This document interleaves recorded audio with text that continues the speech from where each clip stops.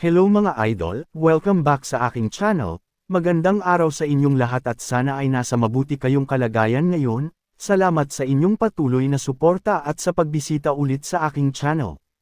Umalangaw-ngaw sa matataas na puno ng kagubatan ang walang humpay na tunog ng nagbabanggang sandata na mabilis bumasag sa katahimikan ng paligid. Dahil sa napakabilis na palitan ng atake ay halos hindi na masundan ng mata ang kanilang mga galaw na nag-iwan na lamang ng makapal na alikabok sa hangin. Sa gitna ng matinding salpukan ay walang tigil na iniwas-iwas ni Heoil ang kanyang espada upang buong lakas na salagin ang sunod-sunod na atake ng kalaban na marahas na sumusugod mula sa itaas, bakas ang malapad at nakakakilabot na ngisi sa mukha ng hangal habang patuloy itong nagpapaulan ng malalakas na hampas, ngunit nanatiling matatag si Heoil at hindi nagbigay ng kahit katiting na bukas na depensa sa kanyang mapanganib na kaharap. Buong lakas na ibinaon ng hangal ang kanyang paa sa lupa upang kumuha ng buwelo bago biglaang magpakawala ng isang napakabilis at umiikot na sipa, dahil sa tindi ng atake ay halos mag-iwan na ng mga anino ang bawat galaw ng kanyang paa sa hangin na may malinaw na layuning tapusin ang laban. Upang makaiwas ay mabilis na yumuko at ibinaluktot ni Heoil ang kanyang katawan paatras dahilan upang dumaan lamang ang mapanganib na sipa sa mismong itaas ng kanyang sombrero. Bagamat matagumpay siyang nakaiwas ay hindi pa rin niya napigil ang mapadaing dahil sa bigat ng pressure na dala ng mismong hangin mula sa marahas na atake. Habang patuloy na pilit tinatapatan ang malalakas na atake ay naramdaman ni Heoil na unti-unti na siyang naitutulak paatras. Sa gitna ng matinding paghihingal at pagtulo ng pawis sa kanyang leeg ay isang nakakakilabot na hinala ang mabilis na nabuo sa kanyang isipan. Dahil sa pambihirang lakas at marahas na estilo ng kanyang kaharap ay seryoso niyang pinagdudahan kung ang hangal na ito ay isa palang mapanganib na miyembro ng Demon Cult. Habang patuloy na sinasalag ni Heoil ang walang tigil at mabibigat na sipa mula sa itaas ay isang nakakakilabot na impormasyon tungkol sa Sun Moon Demon Cult ang pumasok sa kanyang isipan. Kilala ang kultong ito sa pagbibigay ng yin at yang essence demonic art sa bawat tagasunod na sumasali sa kanila. Ngunit ang tunay na nagdadala ng banta ay ang mga miyembrong umaabot sa peak realm at ganap na nakakabisado ng alinman sa dalawang sining na ito. Ang ranggong ibinibigay sa mga makapangyarihang individual na iyon ay tinatawag na Mayong Gyu Officer, at base sa walang awang atake at nakamamatay na puwersa ng hangal sa kanyang harapan ay napagtanto ni Heoil na isang mataas na opisyal mismo ng kulto ang sinusubukan niyang pigilan. Umabot sa panibagong antas ang tindi ng kanilang labanan kung saan tila naging mga itim na anino na lamang silang nagpapalitan ng mabibigat na atake sa iba't ibang bahagi ng kagubatan. Sa bawat mabilis na paglipat nila ng pwesto ay umaalingaw-ngaw ang matalim na pagbabanggaan ng kanilang mga sandata na sadyang nakakabingi sa buong paligid. Dahil sa patuloy na pagkabigo ng hangal na tuluyang patamaan ang kanyang kalaban ay muli itong kumuha ng buwelo at nagpakawala ng isang marahas na sipa mula sa hangin. Kasabay ng pambihirang atake na iyon ay mayabang nitong ininsulto si Heoil at malakas na sinabing magaling nga itong umiwas dahil palaipat-lipat itong tumatakbo na parang isang daga, nanatili namang tahimik at seryoso si Heoil sa ilalim ng kanyang sombrero habang maingat na inihahanda ang kanyang sarili upang harapin ang matinding puwersa na pabagsak sa kanyang kinaroroonan. Habang walang awang idinidirekta ng kalaban ang panibagong atake ay seryosong tumatakbo sa isipan ni Heoil na upang makatapat ang isang Mayong Gyu Officer ay kinakailangang nasa antas man lang ng Free Clouds ang isang tao, dahil sa pambihirang lakas nito ay nakaramdam siya ng matinding pangamba at napagtanto na masyadong mapanganib kung hahayaan niyang makaharap ito ni Nam Gangjun. Kaya naman upang pigilan ang anumang masamang mangyayari ay mahigpit niyang pinilipat ang puluhan ng kanyang espada at mahusay na ginamit ang patag na bahagi nito upang padulasin ang matinding sipa ng hangal. Ang perpektong depensang iyon ay agad na sumaire sa buwelo ng kalaban dahilan upang marahas itong mawala ng balanse at mapa-atras sa gitna ng labanan. Nang tuluyang mawala ng balanse ang kalaban ay agad na nakakita ng isang malinaw na pagkakataon si Heoil. Sa kanyang isipan ay alam niyang kailangan niyang samantalahin ang sandaling iyon kaya mabilis at buong lakas niyang iniwas-iwas ang kanyang espada pababa. Ngunit bago pa man tumama ang matalim na sandata ay mabilis na naiharang ng hangal ang braso nito na protektado ng isang matinding asol na enerhiya. Dahil sa matibay na depensa ng kalaban ay napangiwi na lamang si Heoil at tahimik na napamura sa kanyang isipan dala ng labis na pagkadismaya. Isang malapad at nakakainsultong ngiti ang mabilis na sumilay sa mukha ng hangal habang mayabang nitong sinabi na sadyang nakakapanghinayang ang naging atake ni Heoil. Bago pa man makabawi si Heoil ay huli na nang mapagtanto niya sa kanyang isipan na isang mapanganib na patibong lamang pala ang ginawang depensa ng kanyang kaharap. walang inaksayang sandali ang kalaban at mabilis na pinakawalan ng isang napakalakas na uppercut na walang sablay at direktang tumama sa mismong panga ni Heo-il. Dahil sa matinding puwersa ng suntok na iyon ay marahas na naihagis paitaas ang ulo ni Heo-il habang tumatalsik ang dugo mula sa kanyang bibig kasabay ng tuluyang paglipad ng kanyang suot na sombrero. Bago pa man tuluyang makabawi si Heo-il mula sa nakakayanig na uppercut ay hindi na siya binigyan pa ng kahit anong pagkakataong makahinga ng kanyang kalaban. Walang inaksayang segundo ang hangal at agad itong nagpakawala ng panibagong mabigat na atake na mabilis na bumulusok pababa. Bagamat pilit na nakikipaglaban sa hilo ay mabilis pa ring naiharang ni Heo-il ang mismong puluhan ng kanyang espada gamit ang dalawang kamay upang salagin ang marahas na hampas, ngunit dahil sa pambihirang bigat at lakas ng puwersa na taglay ng atake ay hindi pa rin niya napigil ang mapadaing ng malakas habang ramdam na ramdam ang matinding pressure na seryosong sumusubok na bumasag sa kanyang huling depensa. Habang pilit na nilalabanan ang bigat ng atake ay buong pait na napagtanto ni Heo-il na wala na siyang magagawa dahil malinaw na nalampasan na ng kalaban ang kanyang panloob na enerhiya, kasabay ng panghihinang iyon ay isang napakalakas na puwersa ang marahas na naghagi sa kanya patalikod dahilan upang tuluyan siyang sumalpok ng malakas sa matigas na kahoy ng karwahe. Sa kanyang pagbagsak sa mismong tapat ng madilim na siwang ay bumungad ang takot na mga mukha ng mga nakataling bata na umiiyak na nagtatanong kung ayos lang ba siya habang nakikita ang patuloy na pag-agos ng dugo mula sa kanyang bibig, at sa gitna ng matinding desperasyon ay walang tigil silang nagmakaawa sa kanya na huwag mamatay.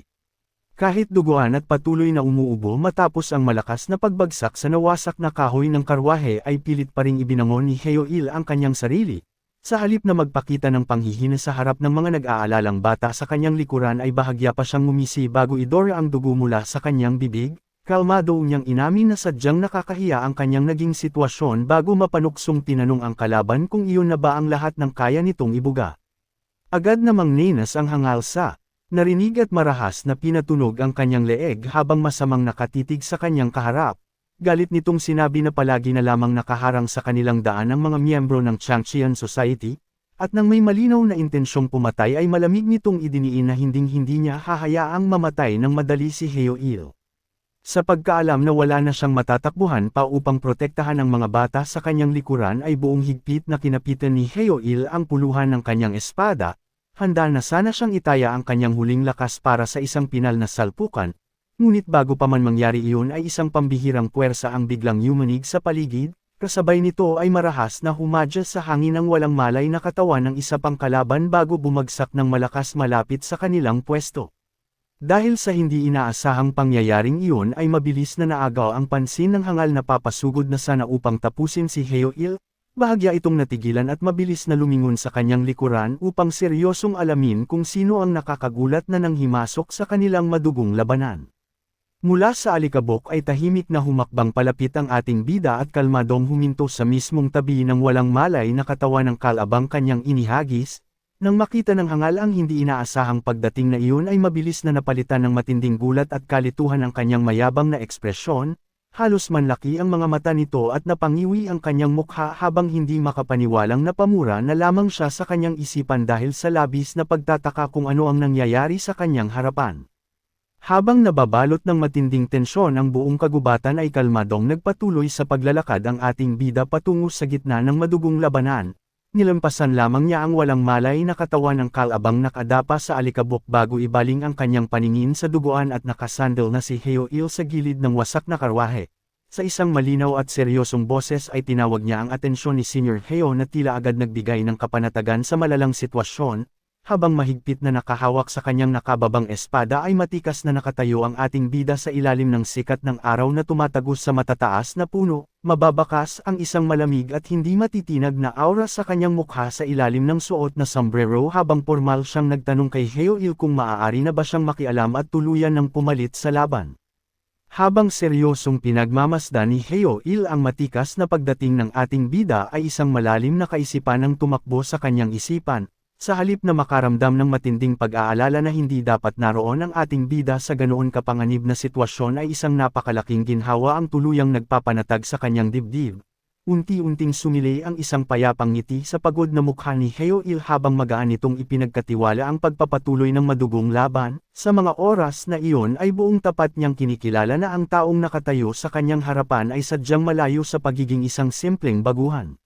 Mayabang na itinuro ng hangal ang ating bida habang mapanuksong nagtanong kung pumunta ba ito roon sa pag-aakalang isa itong uri ng karagdagang puwersa sa laban, ngunit sa kabila ng panlabas na kay abangang iyon ay tahimik at seryosong sinusuri ng kalaban ang bago niyang kaharap. Sa kanyang pagmamasid ay napansin niyang ang taong nasa harapan niya ay tila hindi pa nga umaabot sa wastong edad para maituring na ganap na mandirigma. Subalit isang malalim na katanungan at pagkalito ang mabilis na namuo sa isipan ng hangal, habang kalmado at tahimik lamang na nakatayo ang ating bida ay hindi lubos maintindihan ng kalaban kung paano nagagawang maglabas ng ganoon katindi at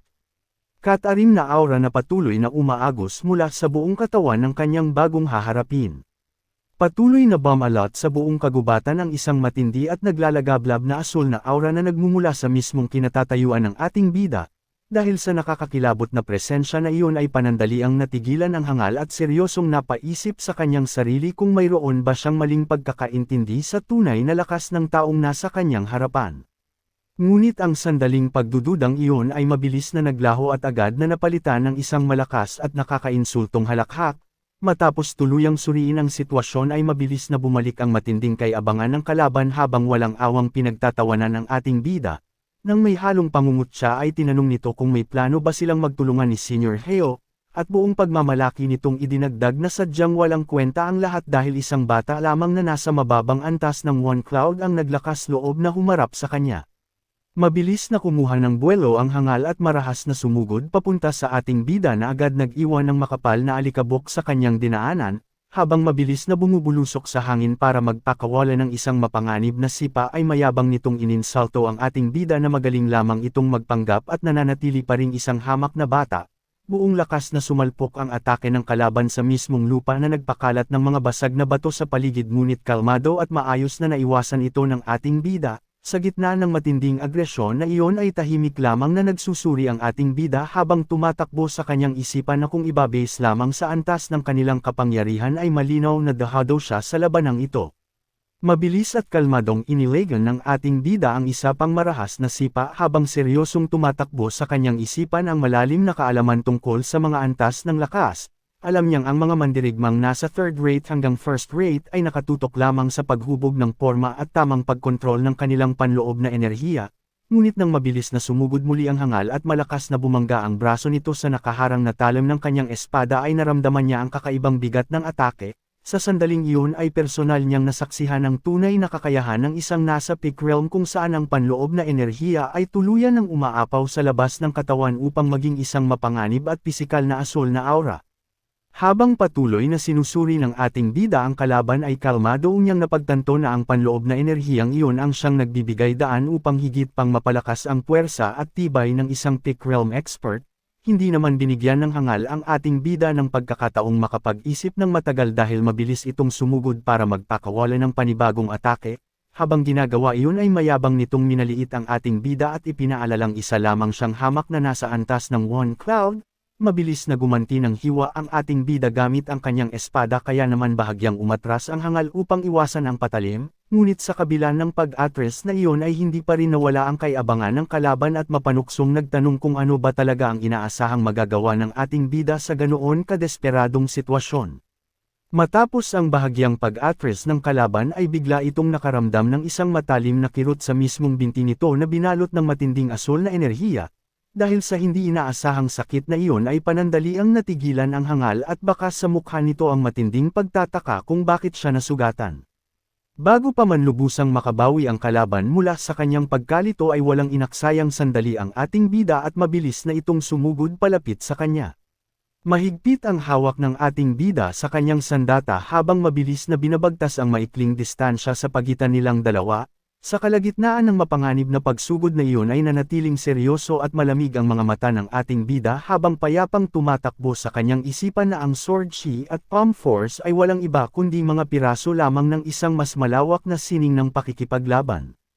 Walang anumang babala ay mabilis na isinara ng ating bida ang distansya sa pagitan nilang dalawa at walang alinlangang nagpakawala ng sunod-sunod na atake. Dahil sa pambihirang bilis at siksik na pressure ng mga galaw na iyon ay tuluyang nawasak ang depensa ng kalaban. Kung kanina ay punong-puno ng kay-abangan ng hangal ay tamang pag-iwas na lamang ang nagagawa nito ngayon habang pilit na napapa-atres upang ilayo ang kanyang katawan mula sa mga mapanganib na hampas, ngunit sadyang hindi nagpatinag ang ating bida at nanatiling nakatutok ang kanyang matatalim na mata habang patuloy na sumusugod palapit upang hindi bigyan ng kahit anong pagkakataong makabawi ang kanyang kaharap.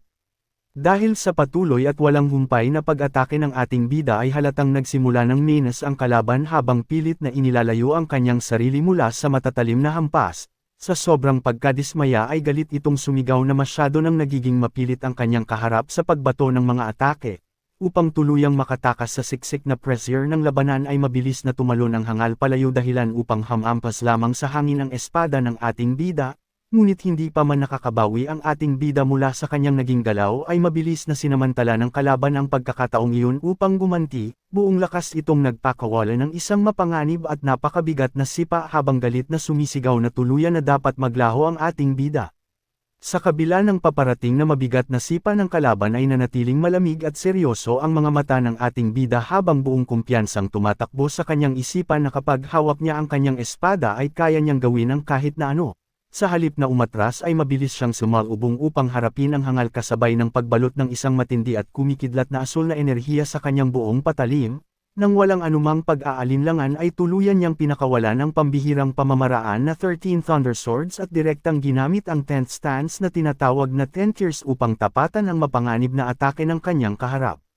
Pagkatapos ng matinding salpukan ay unti-unting hamupa ang makapal na usok sa paligid at bumungad ang nakatayong figure ng hangal sa gitna ng kagubatan. Akala noong una na nakayanan nito ang mapanganib na atake ngunit sa susunod na sandali ay marahas itong umubo at nagluwa ng maraming dugo. Halos lumabas ang mga mata ng kalaban sa tindi ng pagkabigla habang pilit na inuunawa kung paano nagkaroon ng ganoon katinding kakayahan ng isang hamak na mandirigmang nasa antas lamang ng one cloud. Hindi na niya nagawa pang makabawi dahil tuluyan ng bumigay ang kanyang katawan at mabigat siyang bumagsak sa lupa. Sa kabilang banda ay nanatili namang matikas at kalmado ang ating bida na tahimik lamang nakatayo at mahigpit na nakahawak sa kanyang nakababang espada habang pinagmamasdan ang naging resulta ng kanilang laban.